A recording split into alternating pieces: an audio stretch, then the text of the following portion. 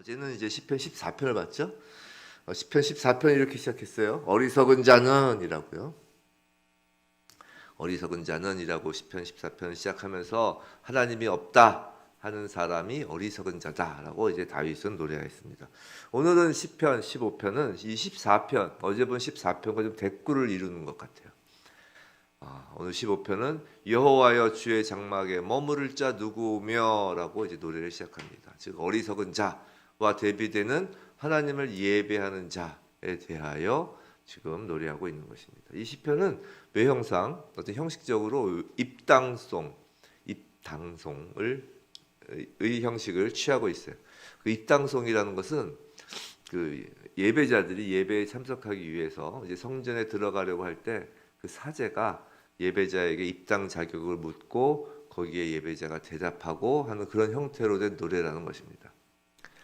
근데 이 예배자의 자격을 묻는데 그 본문을 보시면 막상 예배에 관한 직접적인 내용은 하나도 없어요. 그죠? 예를 들어서 우리가 뭐 주일 예배 때 올 때 꼭 깨끗한 옷을 입어야 한다. 뭐 그런 얘기 없어요. 뭐 찬양을 열심히 은혜롭게 목소리 높여서 불러야 한다. 그런 말씀도 없고요. 말씀이 제대로 전달되도록 뭐 설교를 멋지게 아주 잘 해야 된다. 뭐 그런 얘기도 없습니다. 기도할 때 뭐 경건하게 해야 된다. 뭐 아주 정말 진지하게 해야 된다. 그런 얘기도 없어요. 예배의 자격은 예배 장소에서 보여지는 그 겉모습에 달린 것이 아니라는 것입니다. 일상의 삶 자체에 예배의 자격이 있다는 거예요. 오늘 그 예배의 자격이 뭔지 각 절을 보겠는데 사실 그 내용은 사실 10개예요. 10개 하나하나 세보시면 그래서 이것을 뭐 실천, 뭐 행위의 우리 삶 속에서의 10계명 뭐 이렇게 말씀하시는 분도 있는데 여하튼 이것을 큰 바운더리로 4개로 나눠서 한번 보겠습니다. 먼저 첫 번째, 하나님과의 관계에서의 내 자신에 관한 것이에요. 그러니까 하나님 앞에서의 내 자신에 관한 것을 우리 2절에서 볼 수 있습니다. 하나님 앞에서, 즉 정직, 공의, 마음의 진실이라고 하는 것이죠. 하나님은 외모를 취하지 않으시고 마음의 중심을 보시는 분입니다. 우리가 코로나로 인해서 한동안 예배 드리려고 하면 또 어디에 들어가려고 하면 사전에 입구에서 체온계를 가지고 온도를 재었죠. 근데 만약에 마음을 읽는 기회가 있어서 그 마음을 탁 읽었는데 정직한지 딱 재는데 하나님의 공의를 정말 품고 있는지 마음이 진실한지 그렇게 측정해서 예배 자격을 부여한다면 어떨까요? 여러분 그러면 예배 자격에 들어오실 자신 있어요? 전 자신 없어요. 아무리 목사라도 그런 측정기가 있어서 정직한지 하나님의 공의를 품고 있는지 마음의 진실한지를 측정한다면 목사인 저도 예배에 들어올 수 없을 것입니다. 저부터 시작해서 아무도 예배 자리에 들어올 사람은 없을 거예요. 둘째는 이웃과의 관계에 관한 것입니다. 3절이죠. 그의 혀로 남을 허물하지 아니하고 그의 이웃에게 악을 행하지 아니하며 그의 이웃을 비방하지 아니하며, 즉 이웃에 대한 말과 행실이 약한 경우에 예배의 자격이 없다라는 것이에요. 근데 솔직히 한번 생각해 보세요. 교회만큼 남 이야기를 많이 하는 곳도 없는 것 같아요. 그렇죠? 사랑의 천국이 아니라 마치 뒷담화의 천국과도 같은 곳이 사실 교회, 우리 교인들이 모여 서로 나누는 곳입니다. 아무래도 또 간증을 하고 또 자기 삶을 나누고 하다 보니까 속속들이 아는 면이 좀 있죠. 그걸 이제 사랑으로 덮으면 다 좋은 건데 원래 사랑으로 덮으라고 그렇게 하는 건데 그걸 사랑으로 덮는 것이 아니라 율법으로 정죄하죠. 사실 그 교회에서 항상 문제가 되는 부분입니다. 하나님과 나와의 관계 2절에서 봤죠. 나와 이웃과의 관계 우리가 잘 아는 십자가입니다. 하나님의 장막은 십자가가 중심인 곳이에요. 자기 십자가를 지고 있지 않은 사람은 예배 자격이 없다는 것입니다. 참으로 그렇다면 예배 자리에 들어가기 어렵죠. 자, 여기까지도 힘들어 죽겠는데 이제 셋째, 신앙의 열정이 있어야 된다는 것이에요. 이것이 이제 4절이에요. 그의 눈은 망령된 자를 멸시하며 여호와를 두려워하는 자들을 존대하며, 이게 무슨 말이냐면 요한계시록에서 주님이 라오디게아 교회를 책망하시면서 내가 차지도 않고 뜨겁지도 아니하다고 하셨어요. 그렇게 하면 그러시면서 책망하셨죠. 주님은 미지근한 신앙을 싫어하십니다. 예배자는 신앙에 열정이 있어야 해요. 그의 눈은 곧 그의 마음으로 연결되는 것이에요. 즉 망령된 자, 즉 하나님이 없다라고 하는 자를 보면 그런 사람을 보고 내 마음이 괴로워야 되는 거예요. 멸시해야 된다는 말은 결국은 그 멸시할 정도로 내 마음이 끔찍한 거예요. 그런 사람들을 보면 막 단지 긍휼하다 이래서 괴로운 게 아니라 끔찍한 거예요. 그런 모습을 보면. 또 여호와를 두려워하는 자, 여호와를 경외하는 자를 보면 그 마음속으로 그런 모습을 그런 사람들을 보면 존경하게 되는 거예요. 따르고 싶은 것이고 나도 저렇게 해야지. 그런 마음이 있어야 하는 것입니다. 신앙이 깊어질수록 그렇게 단순해지는 것이에요. 하나님 반대편에 쓴 것은 싫어하게 되고 하나님과 가까이 있는 것을 보면 기뻐하고 좋아하게 되는 것이라고요. 그런데 사실 오히려 하나님을 망령되게 하는 사람을 보고 예를 들어서 동성애니 차별금지법이니 대놓고 교회를 핍박하려고 하는 여러 가지 사회적인 문제, 또 개인적으로 또 대놓고 교회를 핍박하는 사람들을 보면 그런 걸 보고도 그냥 남의 일처럼 교회를 다닌다고 해도 그런가 보다, 세상은 그렇지 하나님 대적하나 보다, 그게 남의 일처럼 여기고, 또 반대로 열정을 가지고 하나님을 섬기는 어떤 사람을 보면 정말 새벽 예배도 나오고 정말 주일 예배 열심히 예배 시작하기 전에 일찍 나와서 기도하고 교회에서 열심히 뭔가 하려고 하고 막 열정을 가지고 하나님을 섬기는 사람을 보면 또 반대로 또 저렇게까지 하나, 그냥 대충 하지, 너무한다, 그렇게 열심히 하는 사람들을 또 평가절하하기도 하는 거예요. 이게 뜨겁지도 않고 차지도 않은 것입니다. 이러한 미지근한 신앙이 오늘 4절에서 서원하는 것에서도 나타난다는 거예요. 서원하는 거. 그의 마음에 서원한 것은 해로울지라도 변하지 아니하며라고 하는데, 서원하는 것에서 나타난다는 거예요. 서원을 하고도 지켜도 되고 안 지켜도 되고 해도 되고 안 해도 되고, 아예 서원을 하지 않거나 하면 반드시 지켜야 함에도 흐릿하다는 것입니다.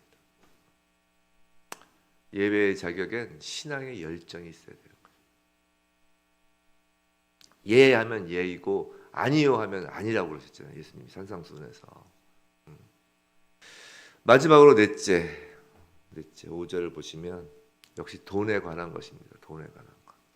이자를 받으려고 돈을 꾸어주지 아니하며라고요. 돈을 빌려주는 것 자체는 문제가 없어요. 근데 돈을 어떤 존재로 다루는가, 이것이 문제인 것입니다. 돈은 필요를 위한 수단이어야 해요. 근데 돈이 돈을 목적으로 하면, 돈을 목적으로 돈을 쓰면, 이자를 받으려고 돈을 꾸어준다는 게 바로 그거예요. 돈이 돈을 목적으로 하면 결국 돈 자체가 우상이 되는 것이에요. 또한 돈을 뇌물로 사용하여 공의의 저를 기울게 하면 그 돈은 악한 것이라는 거예요. 무슨 말이냐면 돈을 갖고 휘두르고 돈으로 사람을 휘둘리게 하는 자는 요동하는 사람이라는 것이에요. 그의 반석은 예수가 아니라 돈이라는 것입니다. 그렇기 때문에 흔들리는 것이 늘 있다가도 없고 없다가도 있는 것이 돈이기 때문에 늘 흔들리는 거예요. 돈에는 가치가 기준이 없어요. 기준이 없는 거예요. 돈은 선악의 기준이 없는 거예요. 돈에는. 그러니까 흔들리는 거예요. 이렇게 네 가지를 보았습니다. 그런데 이런 예배의 자격을 우리에게 들이대면 아까 그 채운계 말씀드린 것처럼 정말 예배에 참석할 수 있는 사람이 누가 있을까요? 아무도 없는 거예요. 이 네 가지를 예배의 조건으로 읽으면 우리는 예배를 포기할 수밖에 없습니다. 그럼 어떻게 읽어야 할까요? 우린 이 네 가지를 예배의 조건이 아니라 예배의 결과로 읽어야 되는 것이에요. 사실 이 모든 예배의 자격을 갖추신 분은 예배를 받으시는, 예배의 주인 되시는 오직 한 분, 예수 그리스도 뿐이십니다. 십자가를 완벽하게 지신 분은 예수님이에요. 우리는 그 십자가 은혜를 받기 위해 예배의 자리에 나가는 것이죠. 예수님이 거기 계시기 때문에 우리가 예배에 나갈 수 있는 것이에요. 근데 우리는 단순히 십자가 은혜를 받는 것에서 그치는 것이 아닙니다. 예배를 통해 십자가를 닮아가야 한다는 것이에요. 성도 여러분, 예수 그리스도의 십자가를 닮아가지 않는 사람은 사실 예배를 드리지 않는 것과 같다라는 것이에요. 우리가 주일에 그리고 이 새벽에 하나님 말씀을 예배 가운데 듣습니다. 그럼 그 말씀을 듣고 은혜롭게 잘 들었다, 감동적이었다로 끝나는 것일까? 아니라는 것입니다. 하나님의 말씀으로 인해 변화되지 않을 수 없는 것이에요. 변화되어야 되는 것이 당연하다는 것입니다.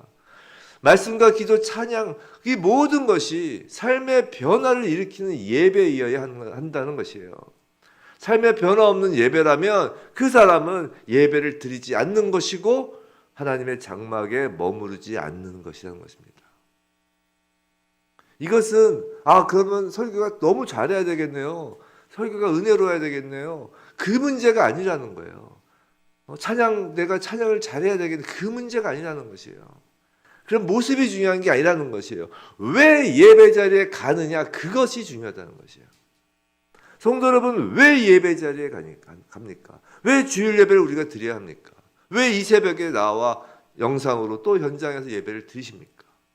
마치 출석 도장 찍듯이 예배를 드십니까? 예배에 참석하지 않으면 하나님께 벌 받으려고 예배를 드리십니까? 아니면 예배를 참석해야 그나마 세상 복을 받을 것 같아서 드리십니까? 아니면 성도의 의무라니까, 찜찜하니까 등등 그런 이유로 예배에 참석하나요? 그러면 안 된다는 것입니다. 예배는 하나님이 주시는 복을 받기 위함인데 그 복은 다름 아닌 우리가 예수를 닮아가는 것이에요. 예수를 닮아가기 위해서 예배를 드리는 것입니다. 예수의 영 성령이 내 안에서 역사하여 예수 닮은 하나님의 자녀로 빚어가실 것을 기대하는 마음으로 예배에 참여하는 것이에요. 은혜 받으러 예배 가는 거 맞아요. 근데 거기서 끝나는 것이 아니라 은혜를 받아서 내 자신이 예수를 닮아갈 것이라는 그 기대를 바라보며 예배를 가는 것입니다. 예배는 예수 그리스도라는 포도나무의 젖붙임을 받는 시간이에요. 그렇기 때문에 마땅히 십자가 열매를 우리 삶에서 맺어지게 하는 시간입니다. 예배에서 은혜를 받는다는 것은 그저 감정과 어떤 지적 만족을 충족하는 것에 머무르지 않고 삶이 변화되는 것입니다. 우리가 드리는 예배 가운데 말씀과 기도, 찬양 가운데 정말 간절히 원합니다. 우리가 예수와 하나가 되기를 말이죠. 예수와 하나가 되는 것, 그것이 하나님 장막에 머무르는 것이라는 거예요. 하나님 장막에 머무른다는 것이 뭐냐? 예수와 하나 된다는 것이에요. 그것이 예배라는 것입니다. 그래서 예배에 목숨을 거는 거예요. 예수가 생명이기 때문입니다. 누가 주의 장막에 머무를 자인가? 라는 하나님의 질문에 예수의 그 십자가와 닮아있는 우리 손에 들려진 십자가를 조용히 그리고 겸손하게 들어올리며 저 여기 있습니다. 우리가 지고 있는 그 십자가, 예수 닮은 십자가를 내보이며 아버지 여기 있어요 라고 감격에 겨워 울며 대답하는 우리 모두이길 주님의 이름으로 축원합니다.